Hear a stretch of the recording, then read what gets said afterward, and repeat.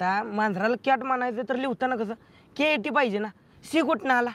मराठीत कसं स म्हणजे स आणि इथं स म्हणजे क आणि क म्हणजे कच. आता नो म्हणायचं तर NO नो होतं. KNOW कशाला हुराव घालाय दिलाय व्हय? अरे बाबा NO नो म्हणजे नाही आणि KNOW नो म्हणजे माहीत असणे असं असतंय ते. अरे शब्द एकच पण अर्थ स्पेलिंग वेगवेगळी. बरं झालं बाबा आपण इंग्रज असली माघारी अक्कलो, नाहीतर माझं काय खरं नव्हतं. तुझं आता बी काही खरं नाहीच. नवीन मॅडम काही इंग्रजांपेक्षा कमी ऐकतोय. हो तर काय असलं फाड इंग्रजी बोलतात ना आणि मराठीत अर्थ मी सांगत नाही. मला कळतं बाबा सगळं आणि वाचायला बी येतं. तू मोठ्या इंग्रजांना काढलेला नाहीस का? तुझा पाक्या होता की त्यांच्याकडे फारशा बस आहे. आणि सध्या घोडी धुवायला. आपण तेव्हा तसली कामं केली नसती, पहिल्यापासूनच विरोध केला असता तर आज 150 वर्ष कशाला. अरे 1.5 वर्षातच पळून गेली असती ती सगळी गोरी माणसं. ये बाबा इतिहास तज्ञ नको ते ज्ञान पादळत जाऊ नकोस. इंग्रज गेलं आणि इंग्रजी इथं ठेवून गेलं. ती तरी काय आपला कमी खेळ करते वय. हो तर काय त्या ह्या नवीन मॅडम. ओम नमः शिवाय. सारिका जाधव मॅडम. होय तिच्या बापाचं बी नाव द्याना ठेवायचं नाही सर. लय बुद्धी फास्ट चालते रे तुझी. अरे त्यांचं नाव पाठ करण्यापेक्षा 1-2 स्पेलिंग पाठ कर म्हणजे एखादी छडी कमी घाशील. अरे तर लिहिलेला वाचता आहे ना आणि पाठ का करू. ए माकडांनो तुमच्या वया तरी पूर्ण आहेत का? हे घ्या नसल्या केल्या तर माझी बघा पटापटा लिहून घे. लिही घे. मला दे मी लिहितो. थांब माझं राहिले आधी मला लिहू दे. मध्या अरे तुला नको वय. कसं आहे अभ्या, वही पूर्ण केली तरी वाचायला लावल्यावर मार खायला लागणार आहे.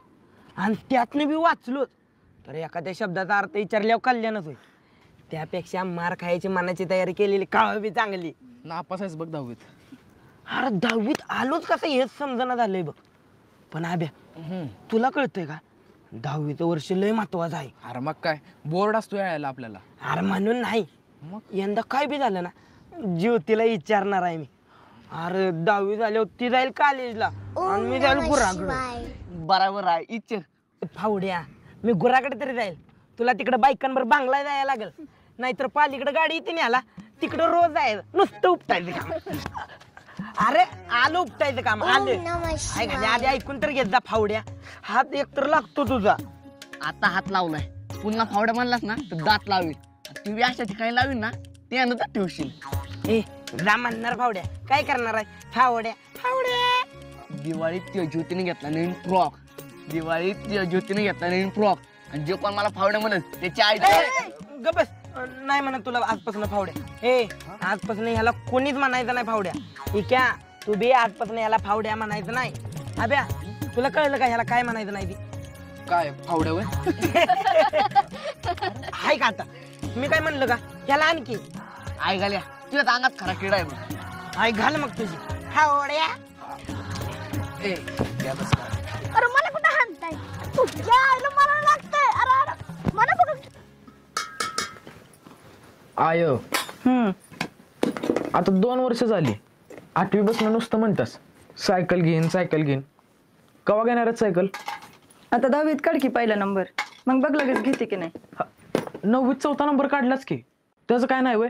त्याचं काय कसं नाही. हा खीर केलेली की निकाला दिवशी. नुसती खीर. अगं आमच्या वर्गात ज्या पोरांचा नंबर आल्यात का नाही त्यांच्या आईबापान त्यांनी काय काय घेतलं माहित आहे का? आमच्या वर्गातली ती केवढा तिला तर तिच्या आईने नवीन सायकल घेतल्या. ती बी पोरगी असून. पोरगी असून म्हणजे मी तर म्हणते मलाच एखादी पोरगी असते ना तर लय बरं झालं असतं बघ. पोर असून काय उपयोग आहे का तुमचा? सगळं मला एकटीलाच करायला लागते. पोरगी असती म्हणजे सकाळनं धार काढली असती, स्वयंपाक करू लागली असती, माझ्या बरोबर रानात बी आली असती.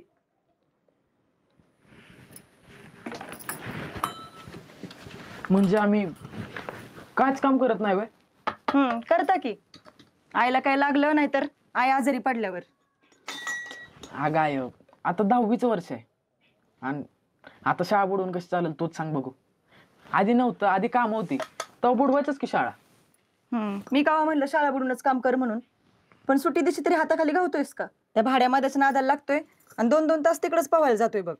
अगं पवायला बी आता एकच दिवस मिळतोय. मग घरी आल्यावर घरातलं बघायचं सोडून खाल्लं की लगेच बाहेर पडतोय. ते अंधार पडतानाच घरी येतोय. हा दादा आहे की गुराकडे जायला. त्याला बी तुझाच लय पुळका आहे बघ. त्याला म्हणलं याला धाड गुराकडं तर म्हणतो नको एकच दिवस सुट्टी मिळते. मग आई कशाला काय बोलतोय तुला? म्हणजे आता सुट्टी दिवशी तुला घरातली कामं करू लागलो, रानातली कामं करू लागलो, तरच सायकल घेशील असं म्हण की. कशाला उगाच पालपूत लावत्यास? एवढं कळतंय ना, तर मग बघू की आता सुट्टी दिवशी काय करतोय ते. आणि हा, एवढं काम केलं म्हणजे माझ्याच्याने काही नवी सायकल व्हायची नाही बघ आत्ताच. गावात एखादी जुनी पुराणी असली तर बघून ठेव तुझी तूच. चालतंय, जुनी तर जुनी, पण घे तरी. पण लय लांब न्यायची नाही. नाही बया, इथं गावातल्या गावातच चालू आहे. हा, आणि अजून एक, सायकल चालवताना काही लागलं बिगलं, हात पाय मोडला तर मी दुसरा हात मोडून ठेवीन आपल्या. अगं आधी लागू दे, पडू दे, मी मोडू द्या, मग तू दुसरा मोड. पण त्यासाठी तरी आधी सायकल घेऊन दे की. दादा, आपल्या गावात आहे का कोणा जुनी सायकल? जुनी असेल की, कार आई घेऊन देणार आहे मला. कशाला घ्यायची तर नवीनच घ्यायची. पैसा काय आभाळात पडणार आहे वय? आधीच तुझ्या नोकरीचं काय भय नाही. आय अगे, एका वर्षात दगड बी आपली जागा बदलतोय. माझं बी नक्कीच काहीतरी होणार. अरे चा, काय होणार या पोराचं कुणाच ठाऊक. दुसऱ्याचा लय विचार करणाऱ्या माणसांची कधी कधी लय काळजी वाटते बघ. का? पुढे जाऊन अशी माणसाची एकटी पडतात. तू नको लय विचार करू, खा बटर.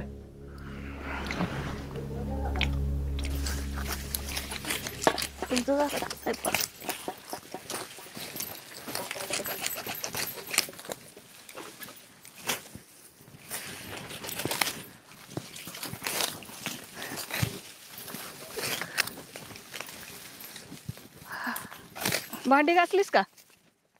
हो, माझा आवरसर वाळली बी, मग मी लगेच कपाटा बी मांडली. आणि दूध शिक्यावर ठेवलंस का? तो नानीचा बोका अजिबात दूध ठेवना. घरात कुठं बी दूध ठेवलं तर भाड्याला कसं कळतं कुणाच ठाऊक.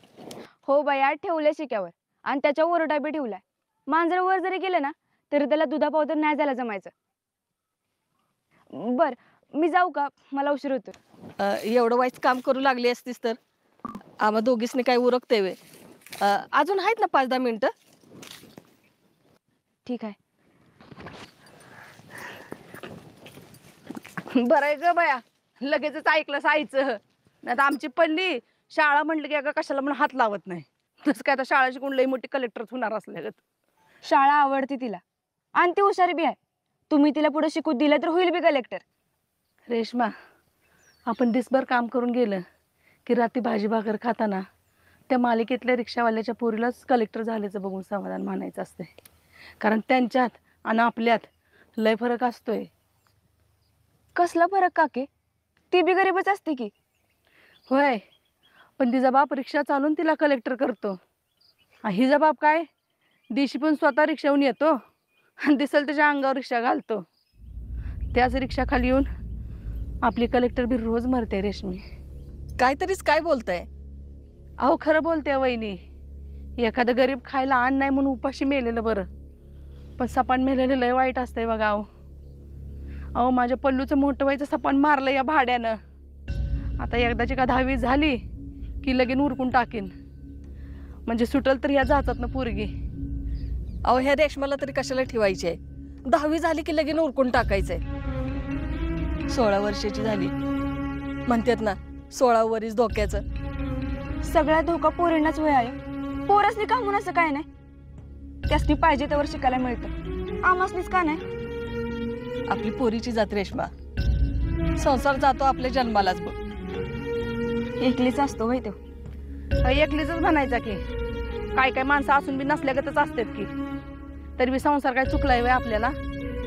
सासर चांगलं मिळालं तर बरं, नाहीतर मागाड आणि पुढे हिर असे गत होते बघ.